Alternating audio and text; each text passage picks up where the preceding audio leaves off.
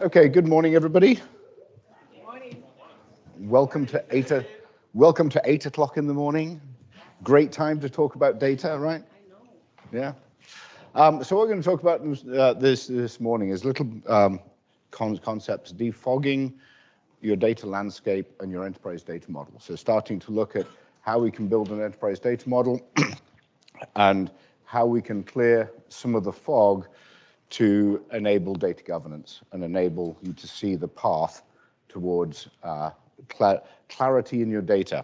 I'm Dave Wilkinson from D3Clarity. You've probably seen a number of us around through the course of this conference. We work deeply in driving data clarity and data governance across multiple industries. So with that, you've probably heard this statement before: data governance. Most are talking about it, few are doing it. Those that are doing it are not necessarily doing it well. People have used that for various things, from high school sex to big data to a number of things. And so the same holds true for data governance, right? We are frequently asked, is it real or is it fantasy? Is there really benefit out there? Is there gold in them there hills? Can we get there? Can it really drive the business efficiency that it's supposed to? The next question is, how do we start, right? We've got this idea that we want to clean our data. We believe that it can get there, but how do we start? Where do we start, right? Or what do we do next? We've started, but how do we know where to go next? How do we prioritize? How do we get an understanding of where we're going to go, right? Then we get into we experimented, but struggle with the relevance, right? We've started down this data world, down this data governance world. How does it affect my life, right? Does it affect my life? What we often find as data professionals, and I believe everybody in the room is probably a data professional, is these are the questions that we're being asked. We're being asked by our executives, by our business leaders, why? Why does this affect me? Why do we need to go down this path? What is the relevance? We believe it's a high priority as data professionals. We feel the pain. We're asked, I'll give you an example. We were asked by a client, who should we send a Christmas card list to? Right? Large CEO of a Fortune 5, CEO wasn't large, it was a Fortune 500 company that was large. But who should we send the Christmas card list to? Right? What he's really asking is, who are his most important customers? Right? It took them 3 months to answer that question between the finance and the IT organization to mine the data to come up with that answer. So why data governance, right? How do we get there? Why is it a priority? How do we measure the benefit is a common one, right? We're putting all this expense. How do we measure the benefit? How much does it cost? And how long does it take? Very common questions. What we're going to talk about here is going through the idea of an enterprise data model, going through the idea of data landscape to define a map and use that map to set priorities, to give you a language to communicate with the executives and a way to approach it from that perspective. So what we often see is we see a whole bunch of buzzwords. We talked about buzzword bingo in the keynote, I think, the other day, right? We've all heard these across from different vendors within our organizations. We've probably already got 1 or 2 of those across our organizations, right? How many of them are real? How many have really delivered what they said they were going to deliver, right? We've put in a data mesh. What's a data mesh? How would I know if I've got a good one or a bad one? What does it actually do, right? We've heard all these things. We've got all these products that pretended to be, that were silver bullets, that were going to, put all the data in one place and suddenly it'll all be governed, right? Suddenly my business will be more efficient because I've put all my data here. It doesn't work that way, does it? Right? So what we're trying to do is demystify that, to understand, I keep going too far, to understand where we're coming from, understand where we're going, to draw a map, and then to draw a guide, an approach through that confusion. So I often think of it as landscape, right? Every organization on the planet has a data landscape, right? We don't always know what it is. You've got one, it's there, you operate, it's come about over the course of time, and it's grown, right? You've focused on applications, you've focused on networks, you've focused on all this technology coming in, and you've evolved this data landscape, right? I always look at the landscape, I think of the domains of data, person, product, etc. Those are the main towers of the data, and they live within repositories. They live in an ERP system or a CRM system. And so I picture this landscape, and then I picture navigating through this landscape, where the transactions and the actions that you're performing as a business are where these join, right? Where are the inefficiencies in your business? They're often in the gaps. They're in the actions and the joins between these systems, right? How does a prospect become a customer? That's a CRM to ERP transition. It's often one of the most talked about sort of problems in a sales cycle. Make sense? So we often think of it as a landscape, and I use this metaphor as we go through it. What we also see, I'm going to focus here, is if you look at the buzzwords and you look at what we see in the market, we hear all this stuff about data meshes and governance and all this great stuff, and you're operating in a fantasy. They're selling you a clear fantasy where everything is great and you're looking at the world and everything is marvelous, right? But they're using terms that don't map into your environment, right? The problem with fantasy is you need one of these guys in order to get through it, right? You need a wizard, you need a Gandalf, you need Harry Potter, you need something that is not based in reality, right? Because they're promising all this stuff and it's just mythical, right? So there you need a mythical tool to get all the way through it.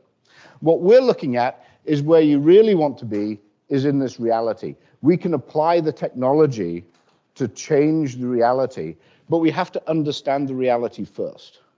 Where you want to get is apply tools into a clear reality. So you're re-engineering something. You're re-engineering a landscape. You're re-engineering your footprint, your data world, your data environment, right, with a clear goal of where you're going. You're navigating from this foggy reality, right, through the landscape.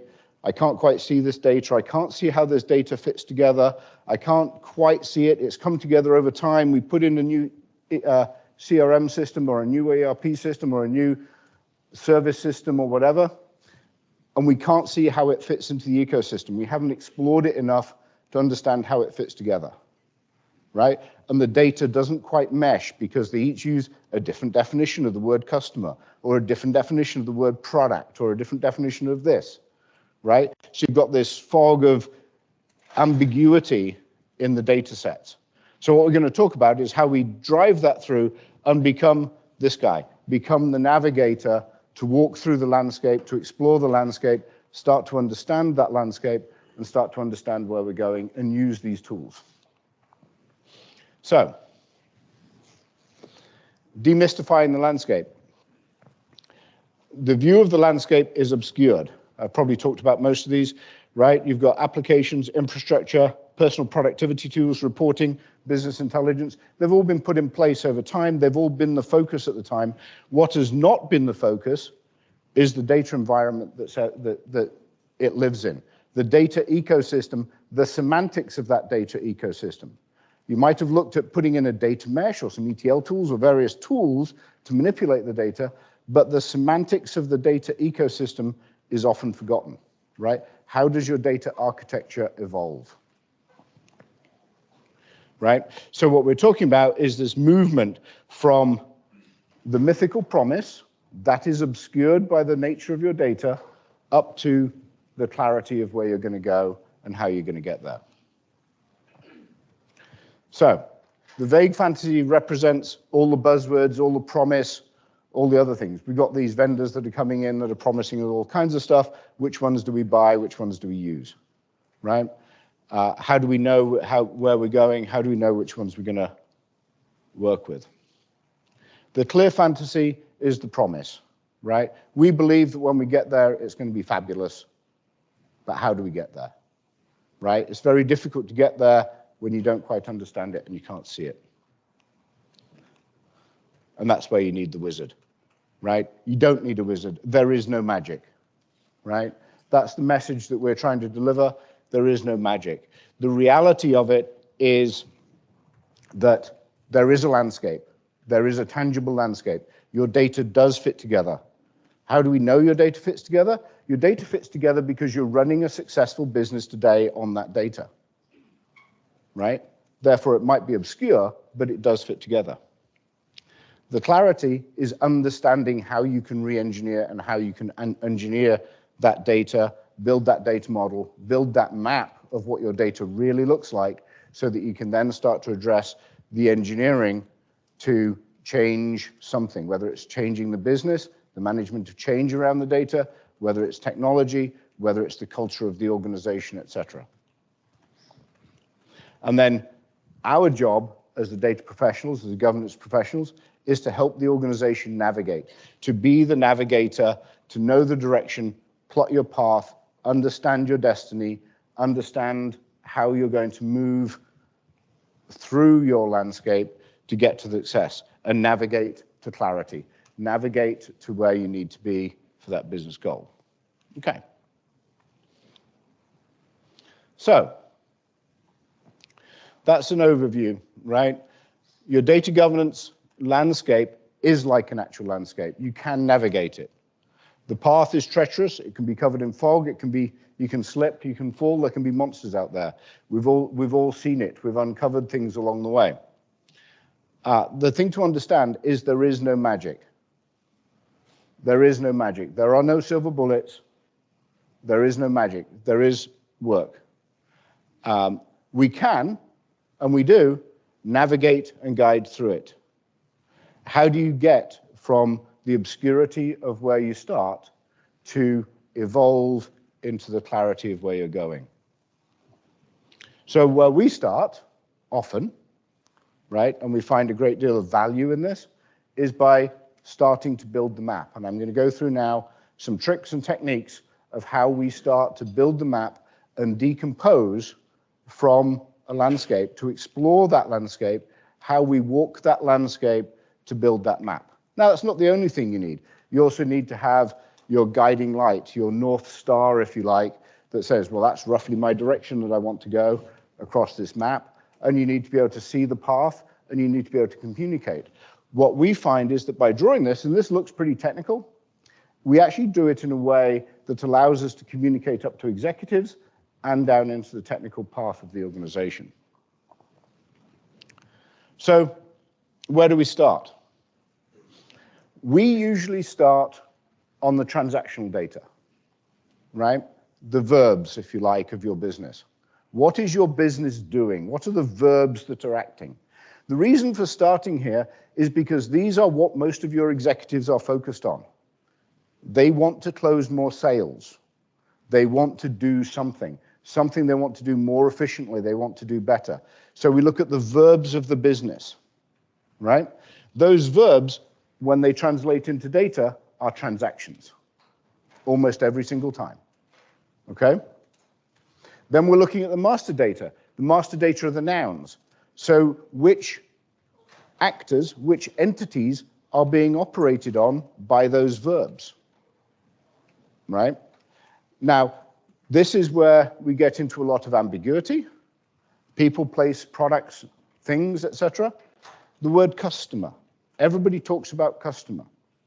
Customer is a noun, but the customer is actually ambiguous, right? The customer to a CRM system is very different to the customer to an ERP system, is very different to a customer for a service system, because one's a prospect, one's a payer, and one's a service engineer or a service individual, right? So they're different things. They're playing a different role within that organization. So separate them and start to understand the depth of the nouns that you're talking about and which nouns are actually participating in the transactions, right?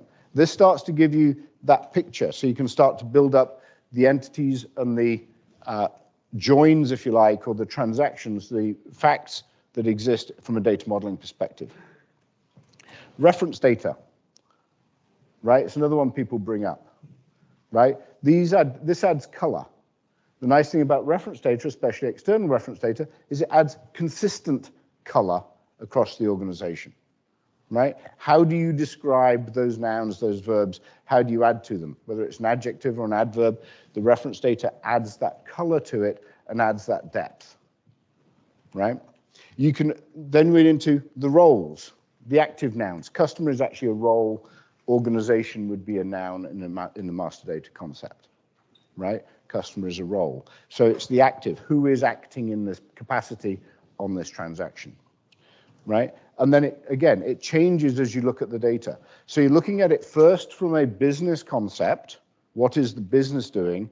And then you can cascade down into the data concept of where is my data coming from that describes these things. And then you can get into the mapping of the data to say, this part of this entity lives in this system, this part of the entity lives in this system, and you can start to drive out some of that ambiguity that is inherent. And then when you get to the analytics, we start talking about dimensions and roll-ups, and these are the collective nouns, right? How do you roll up multiple things together to give you a broader picture and start asking questions against it? What is useful when you start breaking it down this way at the business level is that you can use this not only for describing the landscape, you can also use it in the question and answer structure for analytics, right? If you decompose an analytic question using the same techniques, you start to then be able to say, well, if you're asking that question, therefore you need this data to answer it, right? And this gives you the same language to communicate with executives and communicate with different parts of the business, right? Because you're putting it in the business context of how you're operating. So as we do this, what do? We usually start with the transactions, as I said, right? Walking back from the individual transactions, and this gives you an idea of priority, right? When you're starting to look at data governance, improving efficiency, we're starting to look at priority. We often get the question, where do I start? What do I do next? Well, what are the most important transactions? What are the ones that are A, most important to you as a business, or B, the most painful to complete, right? What do you feel are the most inefficient ones? So let's decompose those transactions into the language that we went through, right? What are the verbs, nouns, and adjectives, etc., that make up that transaction, and let's draw it. Let's draw that grammar, right? Then let's trace that data. Where does it come from? In a sale, you need a customer. Do you need a customer? In a retail situation, you often don't actually need a customer. The customer is anonymous. In a contracted situation, the customer isn't anonymous. But where did that customer come from? How clean does that data need to be in order to close that transaction? So now you're tracing back through from that transaction. This is the one your business has decided you can present the transactions. The business will feel what it thinks is the most important or the least efficient and start there, right? Don't spend too much time analyzing. Go with gut feel for the first one, right? And start to describe it, trace it, and understand it. You'll find two things. One, they decide it's not the most important, or B, you'll find there is a sub-transaction within that that is actually the biggest pain point, right? New customer onboarding, new supplier onboarding, new product onboarding, whatever it might be, that is, yeah, our product data is dirty because we didn't bring it in cleanly enough, therefore it is difficult to make a sale.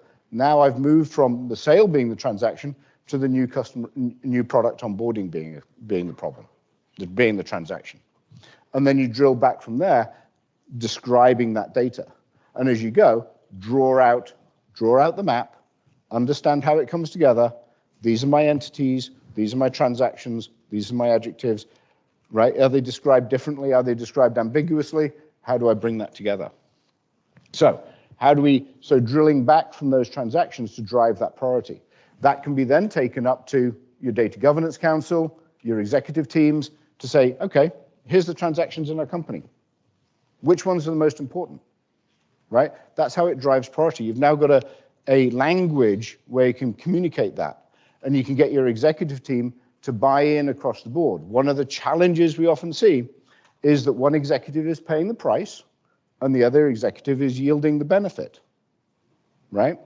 Because you're telling me you're the finance organization saying you want the data cleaner. I'm a sales operations, making my data cleaner is going to slow me down. I'm not going to close as many sales. How many of us have heard that story? Right? All the time.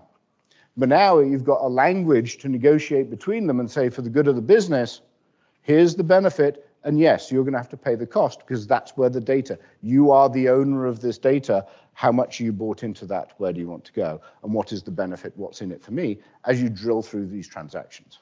Does that make sense? Right? So getting to that drives priority and gives you a language to communicate. It also gives you a view for measurement, right? Because if you start these if you do this as a transaction focused, you can start to measure how long does it take to do this transaction? How many transactions did I do this week? What is the data that caused the hurdle, right? You start to get into the measurement of those transactions, and that gives you that view, again, to communicate and move forward. Getting back to the sale, you need a buyer, you need a seller, you need a product, you need a price. And how do you bring those together? Who owns them? How do they get there? Where are they coming from? You might decide you need a master data system. You might decide you don't, right? But the model gives you that, and then working backwards from those transactions. Analogous to walking up the river. If you're exploring a new landscape, people often start on the rivers. They walk up the rivers. They walk up the transactions and see where the tributaries flow and document as they go through that cycle to eliminate that ambiguity and start to understand the path and document, map, document, get that priority, get that direction, navigate your way through the landscape, through the data model. So critical data elements, we hear about those all the time. Everybody talks about critical data elements. What are my critical data elements? So my definition for critical data elements is the minimum set of elements or attributes that is required to transact with an entity for a specific purpose, right? What does that say? It's a pretty tight definition. What it's saying is critical data elements are specific to the entity, they're specific to the transaction, and they're specific to the purpose. So one person's critical data elements are not another person's critical data elements. We often hear people going in and saying, yeah, we're going to start our data governance program by doing a whole analysis of all our critical data elements, right? And deciding which ones we're going to manage. What we're saying here is start with your transaction that is going to give you the most bang for the buck, the biggest return, easiest to measure. Now, what are the critical data elements that allow you to do that, right? That allow you to drive that point. And then how do you trace those? So yes, I need a customer. Well, to do a sale, actually, I need a customer key. But to create a customer, I need the tax ID and various others. So for the person who's creating the customer, he's got a set of critical data elements. For the person doing the sale, he's got a different set of critical data elements. For the person doing a service, right, they've got a different set of critical data elements. So you don't have to boil the ocean or govern the whole thing. It's a stepwise. And if you take these approaches, as you do multiple projects that are focused on different transactions, your projects will dovetail together naturally, and your data will dovetail together naturally because you're doing it with the same concepts. Naming it consistently, building it consistently, driving the same concepts. And so your model, your landscape, evolves over time as you drive incremental benefit to your business. Does that make sense? Right? So it's all stepwise. So we talk about master CDEs. These are the elements that are required to identify an item or an entity, right? This is the master data view, name, address, whatever, that makes it unique to you, and focus on that uniqueness. Transactional. This is the one that, what makes a transaction? Price in a sale. It's not a master data element, it's a transactional element, right? because price is often negotiated at the transaction. But you require it to make that transaction, right? But if you understand them with that level of clarity and drive through it, then it gives you the map and the ability to navigate. As I said before, the critical data elements will change as you move through the organization, right? And it'll build up. Yes, sir. Hey, Dave, when you're doing the transactional CDEs, how do you deal with time? Because like transactions are usually at a point in time. Do you include that as part of your CDE, or do you kind of defer that to a later part of the model? I usually include it as a CDE in the fact that it has to be there, right? In other words, a transaction is at a point of time, therefore time is there, right? But I'm not doing much management or governance around time. It is a fact that it exists and probably comes out in a roll-up or a structure when you get into a BI construct. Does that make sense? So for a transaction, having a timestamp is critical, but you don't need to know much about that timestamp. Does that make sense? Right? So yes, time is often critical on a timestamp for a transaction.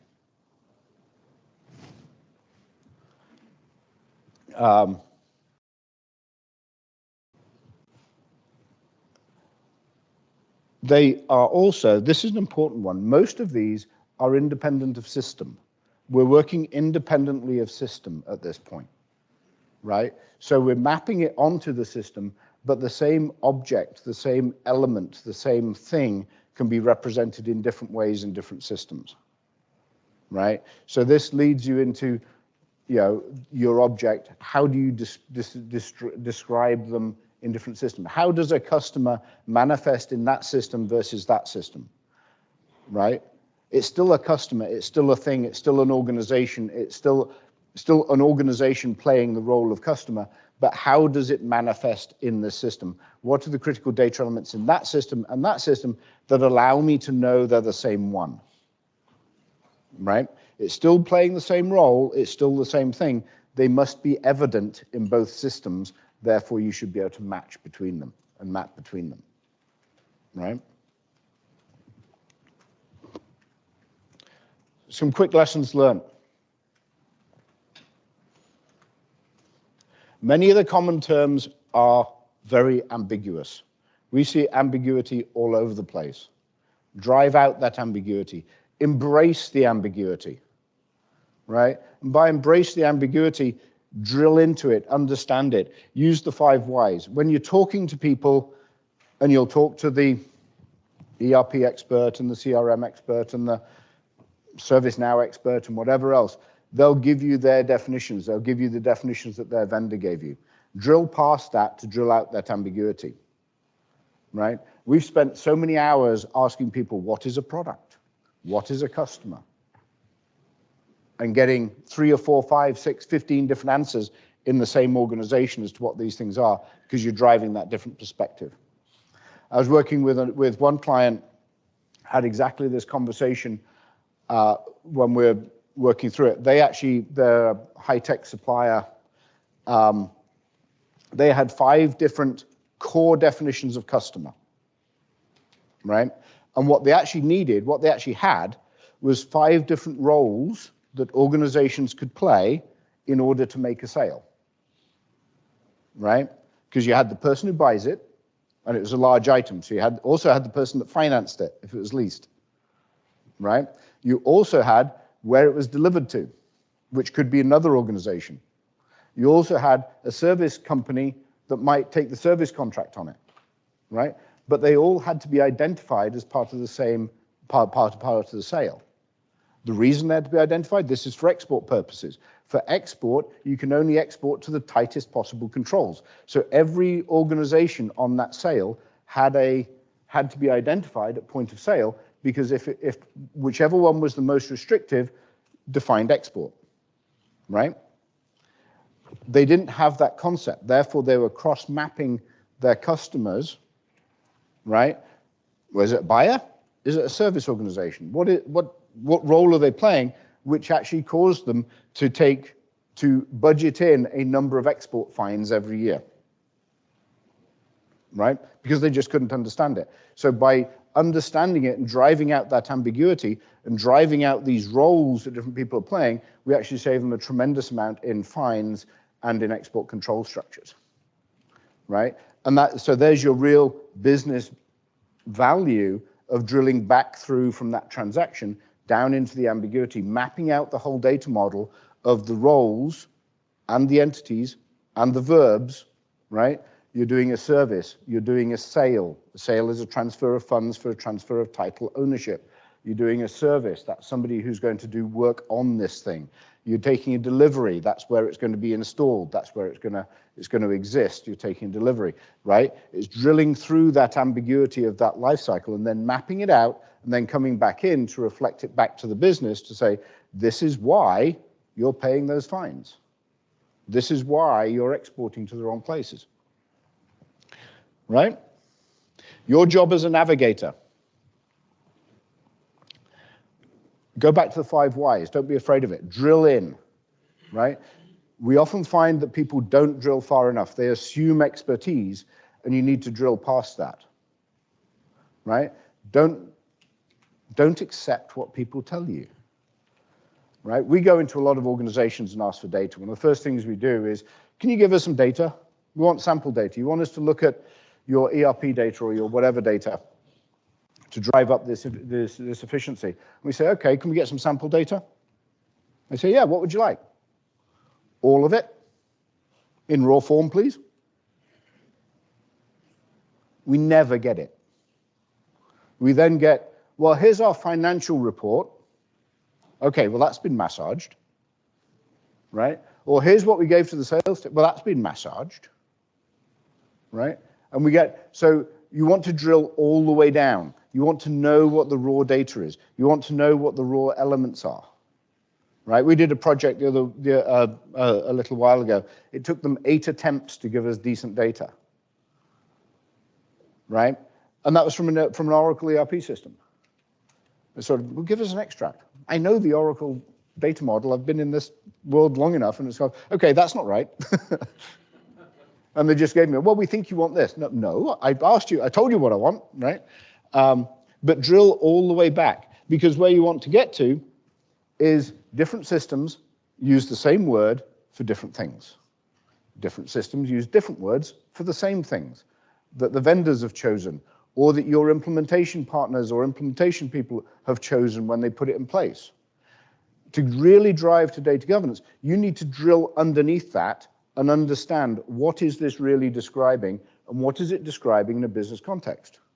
Your data describes your business, right? One of the core things we state when we deal with our clients is, your data describes your business. Your data is created as a byproduct of doing business, right? Your data describes exactly what you did. It doesn't describe what you think you did. It doesn't describe what you should have done, and it doesn't describe what you think you might have done. It describes exactly what you did, right? When you drill through it at this level. So you start to get this picture of the ambiguity. You start to get the picture of the inefficiency. You start to understand that. I was at another customer some years ago now, and we were doing, again, the prospect to customer transition from Salesforce to SAP, right? Looking at that transaction, right? And they said, well, we said, okay, what triggers this? When do you create a customer? And they said, oh, we create a customer when the contract, when the opportunity goes closed won. If anybody knows Salesforce, you'll know that closed won is the contract closure point, right? So we said, okay, show me the evidence. Let me look at the data coming from CRM, which is coming from Salesforce. Let me look at the data in the ERP system. Show me the evidence that that's the case. Show me how you're doing it. It took a while to get the data. Yes, sir. How do you handle the ambiguity? Because business often adapts to technical language and terms. What's your recommendation if there are multiple terms describing the same thing, often system agnostic? So the question is, how do you handle the Tell me if I got it right. How do you handle the ambiguity when you've got multiple terms that describe the same thing, multiple things that are used to describe similar terms, etc., across multiple systems? Correct? Brutally, right, is get them to define it in the business language and rewrite that language, right? So the company I was talking about that had the export problem, we changed the word customer to purchaser, receiver, financier, right? So we changed the terms of the business construct. And then we said financiers and payers live in ERP. And then we take all those terms and start to say these are synonyms with each other in this system. This attribute is actually one of these. And we build a business glossary that starts to say this business entity that is performing this role in the business manifests itself in these systems like this, using these attributes. So use your business glossary and define it from that business glossary, but start to introduce and drive out that ambiguity, right? And we've been in a number of meetings where these get quite entertaining conversations, can we say, where you've got the salespeople and the finance individual who are adamant that they've got the right definition of the word customer, right? We had another organization, a big oil and gas organization, we had 15 definitions of the word customer, right? Because it's very different between upstream and downstream, or this country or that country, and various other things that caused you to have essentially an inheritance structure within the terms of customer, so you started to grow through that. Right, so exactly what you're saying is we're talking about a very easy example. We kind of know what the flow is, but some environments you may have to take an extra step and get all the parties in the room and understand. Absolutely. Origin, where do they flow through? Where are the enrichment points in the different systems? Yep. And then get those system owners and those subject matter experts and lead them to that semantic reconciliation. Absolutely. Absolutely. The other one is not just, I'm going to pick on customer again for a minute. Another one is the ambiguity between prospect and customer. Because essentially, a prospect is a lightweight customer, right? So now you're talking an evolution of the sales path, the way you can start to say in the data, if my end state is to get this a customer, and there's 100 attributes in customer, and they've all got to be filled out, well, at what point on my sales cycle do I have 25 filled out, or 50 filled out, or 75 filled out? And now you've got hard definitions from a data point of view in your pipeline, in your customer funnel, in your customer pipeline, right? So think about it that way as well. And the gentleman's absolutely right. Don't be afraid to put those experts in a room and grill them, right? Because they're the ones that know. They're the only ones that know. They never talk to each other. And they never talk to them. They don't know. Yeah, and sometimes they don't. They drop off Right. the data in the integration where it's a file drop, and they know what they dropped, and the other guy knows what they picked up. Right. They actually don't know how it. So now it's up to you. System to system. Exactly. So now it's up to you to put them both in the room, put the data and the evidence in front of them, and say, let's talk about this, right? Because you need to know that flow. You need to get there, right? And so do it. Put them both in the room. Let them wrestle about it. And often, some of your governance things will come out of that. I didn't know that. I didn't know you did that with that attribute. Well, now you do. Right? These can be extremely challenging conversations. They can be difficult people to get in a room, and they can be difficult people to talk to. They can be convinced that they're right. Even with the overwhelming amount of evidence that you show them that says the data says something different. Back to my example, right? That was the closed one. Where we ended up with that one was we sat in the room with them, and they said, well, it happens like this. We said, well, the evidence really isn't there. I'm not sure it does. So we said, well, what really happens? Eventually, we got to the point where he said, well, Mary does most of these, And we said, okay, can we talk to Mary then? And we said, after a while, they said, well, okay. So we got Mary on the phone and we said, okay, how do you create customers? She says, well, often the sales rep calls me and says, I haven't been paid my commission yet. Right? I haven't been paid my commission. And so she looks it up and looks through it and says, well, we never sent the invoice. Well, we never sent the invoice because we never created the customer. So then she creates the customer on the fly with the salesman on the phone to send the invoice to generate the salesman's commission, right? This was after the executives had been adamant that a customer is created when an opportunity in Salesforce goes closed won, right? Talk about a reactive disconnect. The data tells you exactly what you did. It doesn't tell you what you think you did or what you think you might have done.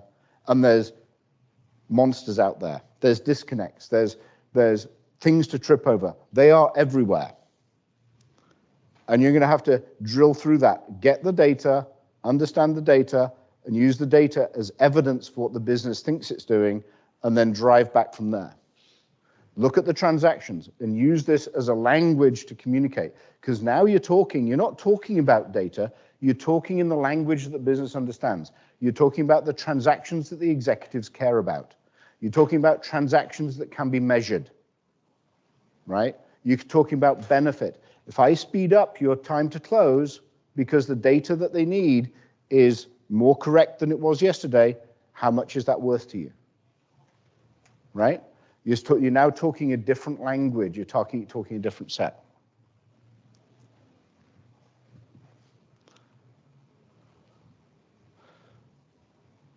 So who are we? Why should you care and listen to us, right? Just really quickly, we've done about, more than 150 of these across the world, across different industries. We hire experienced engineers to go do it. We think we're quite good at it. Others do too.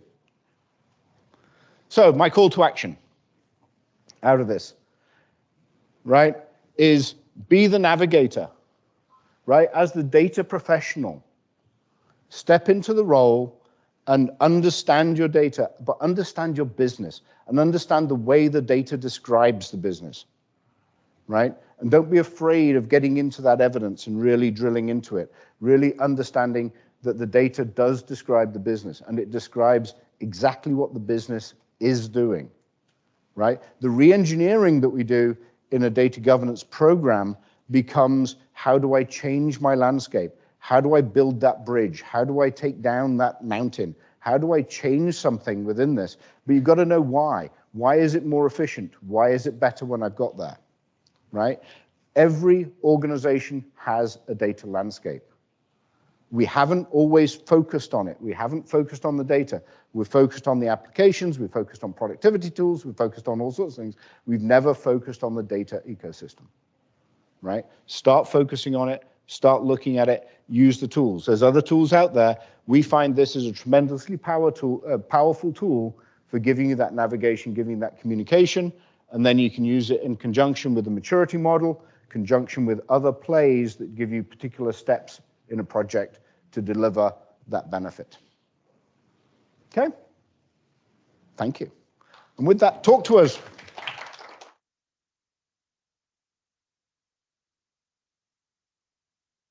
D3Clarity delivers profitability multipliers through better data and digital infrastructure. For more information, contact D3Clarity at d3clarity.com.